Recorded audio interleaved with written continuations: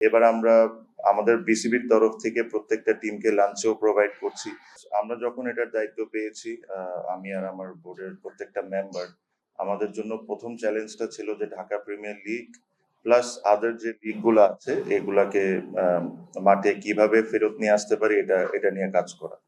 So আমার মনে হয় যে আমাদের ফার্স্ট ডে বা সেকেন্ড ডেতেই আমরা প্রত্যেকটা ক্লাবকে ডাকি, তাদের সাথে আলোচনা করা শুরু করি, and then we gave that confidence তাদেরকে যে যা আগে হয়েছে ওই জিনিসগুলো রিপিট হবে না, and then everything will be treated very fairly. So আর তাদেরকেও প্রত্যেকটা টিমকেই আমি ধন্যবাদ জানাতে চাই। তারা ওই সাপোর্টটা বা ওই বিলিফটা আমার উপর রেখেছে বা আমাদের উপর রেখেছে। সো প্রথমেই তাদেরকে আমি অবশ্যই ধন্যবাদ দিতে চাই।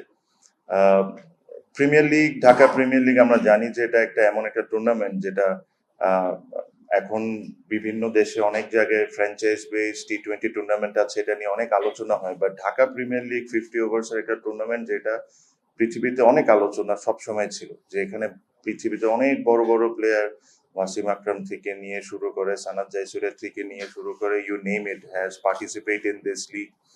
আমি যখন অ্যাক্টিভ ক্রিকেটার ছিলাম, আমিও বিভিন্ন দেশে অনেক প্লেয়াররা আমাদের সাথেই যোগাযোগ করতো যে ঢাকা প্রিমিয়ার লিগ শুরু হচ্ছে কখন। সো আমি সবসময় মনে করি যে Dhaka premier league, not only the premier league, but the first division, second division, third division, even the qualifying is the backbone of Bangladesh cricket. এখান থেকে প্রত্যেকটা প্লেয়ার বলতে পারেন কম বেশি সারা বছরের একটা ইনকাম করে, প্লাস এখান থেকে এখানে যে পারফরমেন্স গুলো হয় এটা অনেক ম্যাটার করে প্রত্যেকটা প্লেয়ারের জন্য।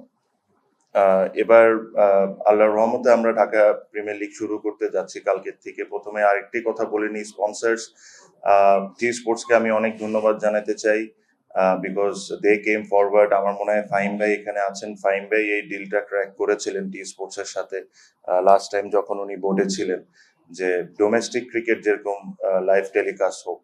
সো আমার কাছে মনে হয় এটা ফাহিম ভাইয়ের চমৎকার একটা উদ্যোগ ছিল। প্লাস ধন্যবাদ টি স্পোর্টসকেও এই কারণে যে এটা নিয়ে আমাদের অনেক সময় অনেক আলোচনা হয়েছে যে ডোমেস্টিক ক্রিকেট কেন আমরা টেলিকাস্ট করতে পারি না। এবার আরেকটি জিনিস হয়তো বা ইন্ট্রোডিউস হয়তো বানানো হচ্ছে, যে অ্যান্টি কারাপশনের যে রুলস অ্যান্ড রেগুলেশনস আছে। আপনি যদি দেখেন বিপিএল এ আমরা যখন আসি, বাস থেকে নামার সাথে সাথে আমাদের ফোন নিয়ে নেওয়া হতো। Only the manager use to have that one phone, and then ওই কমিউনিকেট করতো, প্লেয়াররা কাছে কোনো ফোনস থাকতো না।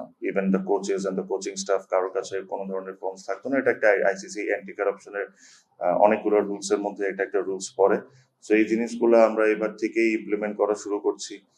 প্রত্যেকটা টিমই বলতে পারেন, প্লাস যারা ম্যানেজমেন্ট আছেন তারা অলরেডি আমাদের আইসিসি ইউনিট যেটা আছে আকু নাকি, সো ওনাদের সাথে অলরেডি মিটিং করেছেন। ওনাদের সাথে যে প্রসেসটা মেনটেন করতে হয় ওই প্রসেস গুলো ওনারা গো থ্রু করেছেন। এই জিনিসগুলোর প্রতি আমরা খুবই খুবই সিরিয়াস। এখানে কোনো ধরনের কোনো ছাড় দেওয়ার প্রশ্নই আসে না। আর যে স্টেপগুলা যে প্রসেসগুলো আমরা ফলো করব ইন্টারন্যাশনাল ক্রিকেটে বা ফ্র্যাঞ্চাইজ বেস টুর্নামেন্টে, আমরা চেষ্টা করব যে এবারও এটা হয়। কিছু কিছু ক্ষেত্রে হয়তো একটু ডিফিকাল্ট হবে, বিকজ যখন আপনি একটা ইন্টারন্যাশনাল ক্রিকেট খেলেন বড় স্টেডিয়ামে, পিওমে যেটা থাকে যে এটার ভিতরে প্লেয়ারদের ভিতরে কেউ আসতে পারবে না। বাট আনফর্চুনেটলি যখন আমরা এই একাডেমিজ এর মাঠগুলোয় খেলছি বা বিকেএসপি তে খেলছি, ওই সুযোগ সুবিধা আমাদের কাছে কম। ওখানে ড্রেসিং রুম গুলো এভাবে করে করা যে জিনিসটা আটকানোটা খুবই কঠিন হবে। তারপরেও আমাদের তরফ থেকে যতটুকু আমরা পারি আমরা চেষ্টা করবো এই জিনিসগুলো মেনটেন করতে।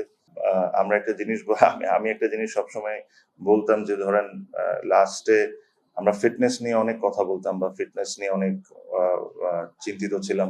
অনেক প্লেয়ারকে এত স্কোর না করলে অনেক টুর্নামেন্ট খেলতে দিতে হইতো না।